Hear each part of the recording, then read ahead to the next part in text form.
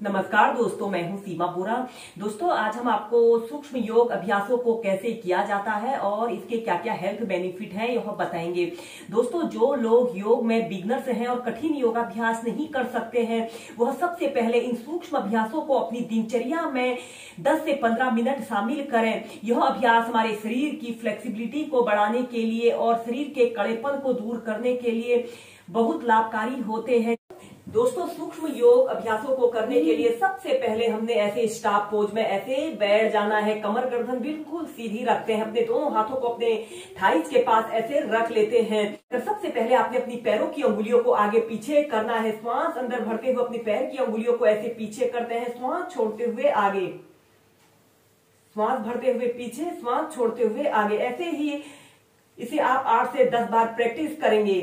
दोस्तों, जब भी हम कोई भी अभ्यास करें तो उन्हें लंबे गहरे श्वास प्रश्वास के साथ प्रैक्टिस करना चाहिए, तभी इन अभ्यासों के बेनिफिट हमें मिलते हैं। ऐसे इसके बाद आपने अपने पंजों को आगे पीछे करना है। श्वास अंदर भरते हुए अपने दोनों पैरों को ऐसे पीछे की तरफ करना है और श्वास छोड़ते हुए दोनों पंजों को ऐसे आगे की तरफ करना है।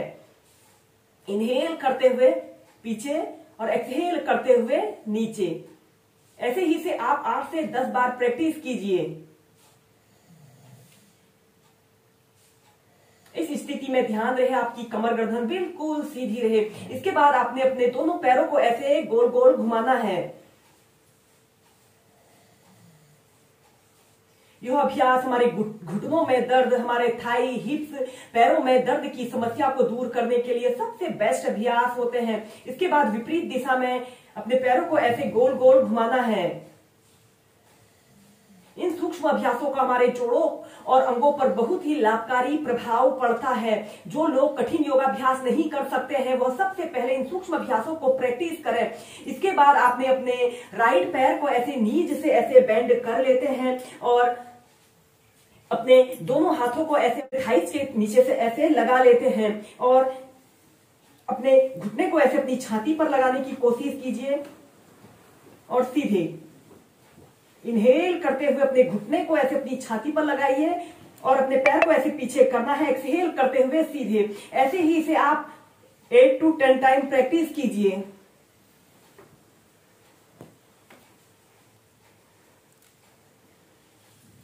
फिर इसी अभ्यास को दूसरे पैर से प्रैक्टिस करेंगे।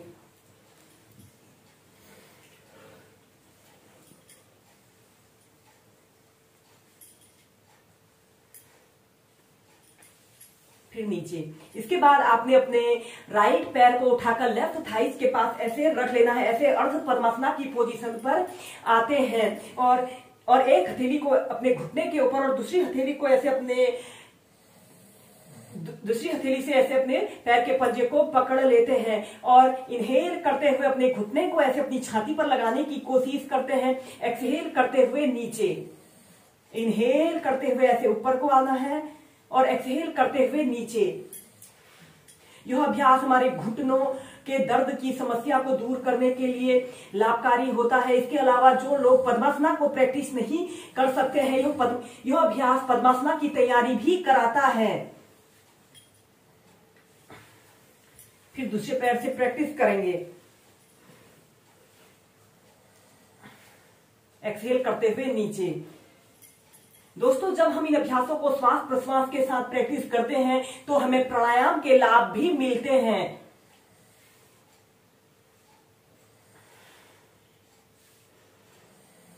फिर धीरे धीरे नीचे।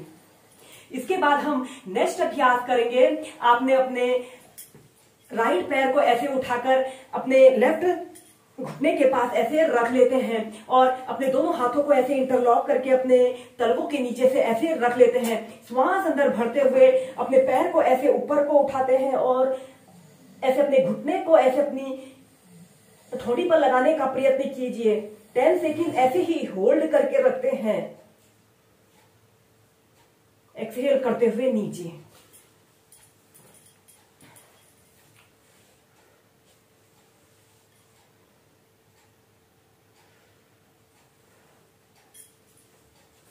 ऐसे ही इस अभ्यास को आप दोनों पैर लेफ्ट राइट पैर से 8 से 10 बार प्रैक्टिस कीजिए। इसके बाद हम करेंगे बटरफ्लाई पोज। आपने अपने दोनों पैरों के तलवों को ऐसे आपस में मिला लेते हैं और अपने दोनों हाथों को ऐसे इंटरलॉक करके पैरों के तलवों के दोनों पंजों को ऐसे पकड़ लेते हैं और आपकी कमर गर्दन बिल्कुल सीधी रहे। और फिर श्वास अंदर भरते हुए अपने दोनों पैरों को ऐसे ऊपर उठाते हैं और श्वास छोड़ते हुए नीचे। ऐसे ही इस बटरफ्लाई पोज को भी आप 2 से 5 मिनट अपनी दिनचर्या में शामिल कीजिए।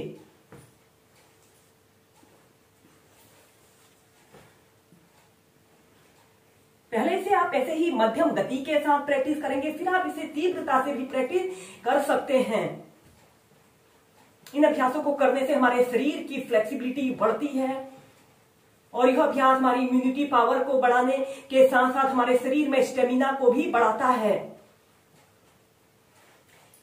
फिर इसके बाद आपने अपने दोनों हाथों को ऐसे अपने पंजों को ऐसे पकड़ लेते हैं और लंबी गहरी श्वास अंदर भरते हैं और श्वास छोड़ते हुए धीरे धीरे ऐसे आगे को झुक जाते हैं। अपने सिर को या फिर अपनी ठोड़ी को जमीन पर ऐसे स्पर्श करने की कोशिश करते हैं। एक आरामदायक अवधि के लिए 30 सेकंड से लेकर 2 मिनट तक ऐसे ही इस अभ्यास को प्रैक्टिस करें। अपने दोनों हाथों को ऐसे अपने घुटनों के पास रखकर ऐसे अपने घुटनों को जमीन पर स्पर्श कराने की कोशिश कीजिए।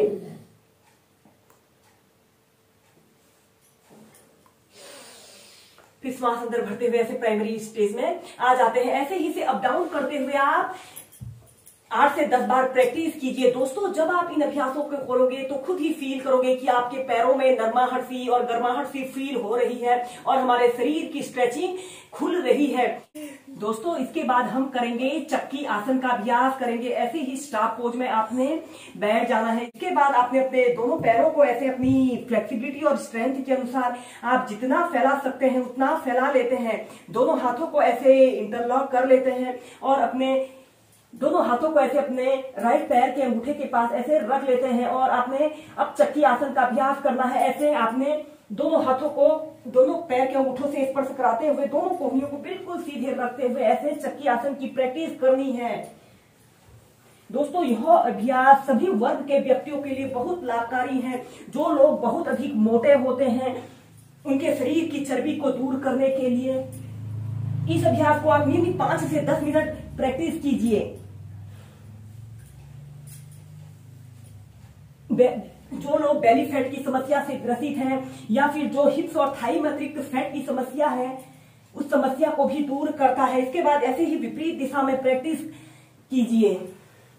दोस्तों, यह अभ्यास महिलाओं के लिए भी विशेष रूप से लाभकारी है। जो महिलाएं अनियमित माहवारी की समस्या से ग्रसित हैं या माहवारी के दौरान पेट में असहनीय दर्द की समस्या से ग्रसित होती हैं, अगर वो इन अभ्यासों को प्रैक्टिस करती हैं तो आप इन समस्याओं से निजात पा सकते हैं। फिर धीरे धीरे ऐसे प्राइमरी स्टेज में आ जाते हैं। इसके बाद आप ऐसे ही आपने अपने दोनों पैरों को ऐसे फैला लेना है और अपने दोनों हाथों को श्वास अंदर भरते हुए ऐसे ऊपर उठाना है और श्वास छोड़ते हुए अपने दोनों हाथों को ऐसे अपने पैरों के तलवों के नीचे से रखकर अपने सिर को ऐसे जमीन पर अपने घुटने पर लगाने का प्रयत्न कीजिए। 10 सेकेंड ऐसे ही होल्ड करके रखें। आपकी कोहनियां अगर जमीन को स्पर्श करती हैं तो और अच्छा है। अगर आप इस अभ्यास को इतना ही प्रैक्टिस कर पा रहे हैं तो स्टार्टिंग में इतना ही प्रैक्टिस कीजिए। इनहेल करते हुए सेंटर में आते हैं, एक्सहेल करते हुए राइट साइड जाना है, फिर सेंटर में आना है। ऐसे ही से आप दोनों साइड से प्रैक्टिस करेंगे।